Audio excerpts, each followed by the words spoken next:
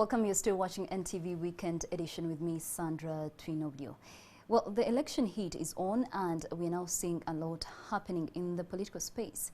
Primaries are still ongoing in the different political parties, from the NRM party to the newly renamed NUP. What is more visible, however, is the shift in posts by different party members who are seen moving from one political party to another. So far, it appears the DP is the biggest loser. This week, we saw 11 of its members of parliament defect to Honorable Robert Kyagulanyi's NUP in a move some called the MAO MAO rebellion.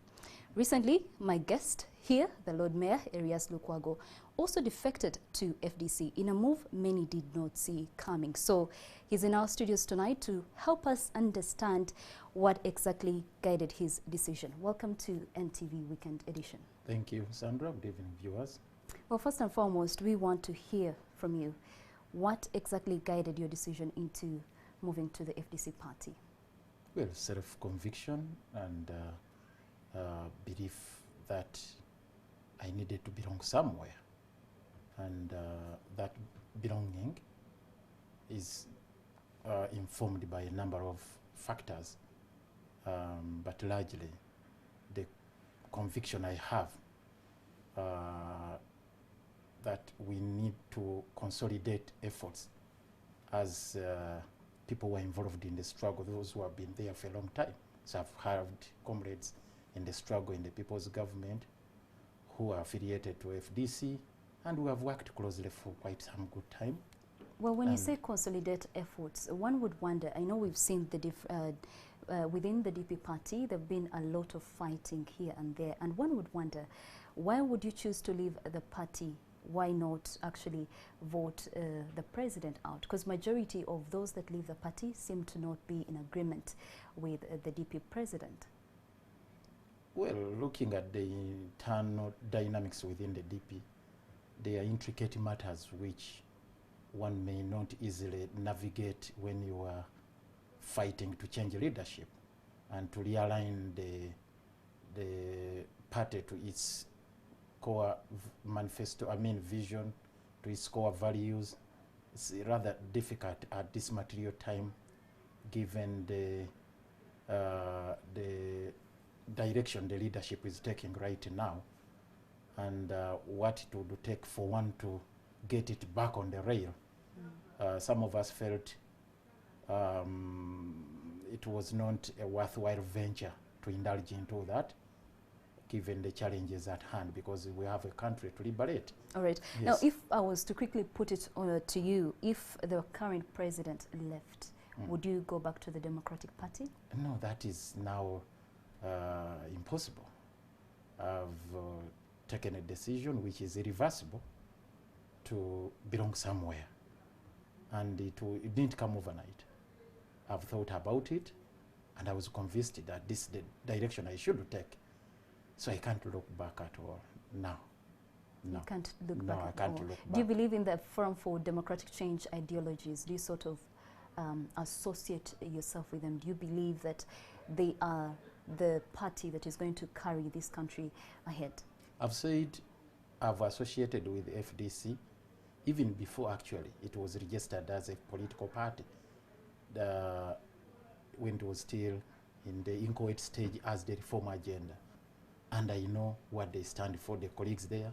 I've looked at the party constitution, I looked at the party platform. Actually, we have shared quite a lot. And we have since said, when it comes to dealing with the national issues at hand right now, defiance is the way to go. So it's not out of the blue that I came to join my colleagues in FDC, no. So I believe in the philosophy which they espouse. I believe in the values that brings the the values that are enshrined within the platform of that particular political party, and that's what convinced me and said, no, this is where I should belong, and this is where I should pursue my vision and ideals from. Well, we saw, for those that are watching us tonight, 11 members of parliament, left the DP side and joined NUP. And according to DP president, these are looking for power. they're seeking offices. In fact, in his words, he calls them crops and not seeds. He says that those that are seeds have stayed behind, and like you earlier said, we'll have to wait and see if they later germinate. Would you say that those, including yourself, that have left DP, joining other political parties, are simply looking for offices? I take exception of my brother's foul language in reference to his colleagues, in reference to those who are critical of his leadership, and those who fundamentally disagree with his approach to national issues. Of course, he has his own right as a human being, as a political actor, to hold a particular view. But he should respect people, he should respect colleagues, he should respect other stakeholders. And it's very, very unfortunate that time and again he has used that very, very uncivilized language against some of us. It's really very, very unfortunate, and we really got tired. Some of us got tired and said, you know, well, enough is enough. I'm an adult right now, and I have had enough of that kind of talk. Whether he's saying these are fortune seekers or what, that's another matter altogether. I'll speak for myself. There are reasons that motivate individuals to take particular decisions. Probably there are those who are motivated by different reasons, and I'll not delve into that. Personally, I was driven by the desire to cement a bond with the colleagues with whom I've shared the trenches, to consolidate those efforts to advance the struggle to liberate this country. That's what motivated me. All right, we're talking about liberation. When you just look at the general picture, majority of the people actually think there's more division within the opposition party that is supposed to take over the interim party and the current leadership. But the opposition itself has a bit of division. What would you say in regards to that? Well, it's, is it true? Do you feel that also as opposition members you're also divided and you don't have a joint force to take over come 2021? I think it is a fact. One cannot deny that we are fragmented. That's a fact. And it's also a fact that we are experiencing these tremors, we're experiencing this storm, and all this kind of acrimony, which is really regrettable.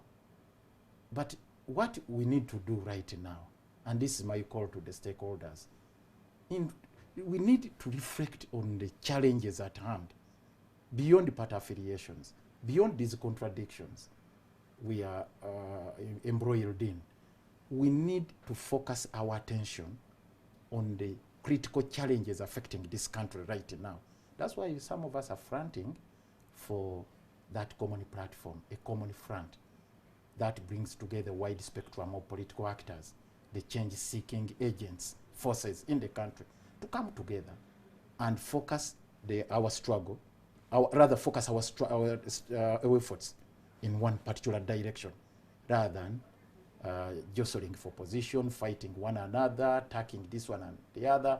So I think that's where we should focus our attention as change-seeking forces. And that is the call we have made across the board. And for my brother, Honorable Norbert, this time for him to do some kind of introspection. He needs to critically evaluate himself. I think he indulges so much into talking and does very little when it comes to introspection, when it comes to soul-searching, self-evaluation. All right. Well, with just a few months to 2021, do you think the opposition has the time to actually deal with the different issues that you're pointing out, for them to be able to focus on the real issues that are affecting us as a country? In the People's Government, where I serve as the Deputy President, our view is that we shouldn't peg the struggle to a particular deadline or an agenda set by our opponent. This exercise is one of a series of activities in this country where we get involved to continue advancing the struggle. We can achieve our goal even before the election. If it does not happen, we can always push even beyond the election, because the struggle to get the civilian authority in charge of the affairs of this country is a protracted one. It's not a one-off, it's not an event. Actually, it has been on since colonial days. Even since independence, that has been the struggle. That how do we have the civilian authority take charge of the destiny of this country rather than the gun? That has been the struggle. And this is what we are involved in. So it's not a one-off, it's not an event. But as far as the election is concerned, we can always have a common platform. We are working towards that. But even if we fail, it doesn't mean that everything ends there. All right. The struggle continues. The struggle continues, yes, indeed. Thank you so much, Lord Mayor Arias Lukwago, for joining us in our studios tonight. We do wish you the best in your new political aspirations, and we wait to see come 2021 how the whole political space plays out for the different political parties. Thank you all for joining us here on Talk of the Nation. Thank you.